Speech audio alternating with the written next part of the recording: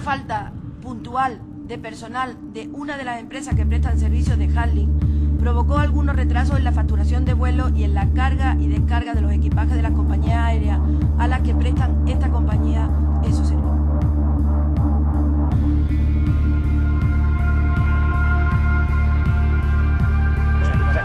Però res d'actituds de renúncies de rebaixes previs. Vol dir que no ens poden aplicar la tècnica del café para todos. Pascual, apoyaré la reforma del Estatuto de Cataluña que apruebe el Parlamento de Cataluña.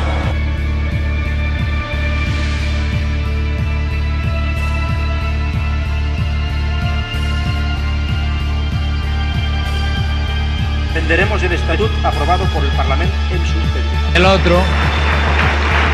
otro lo cepillamos como un carpintero durante la Constitución.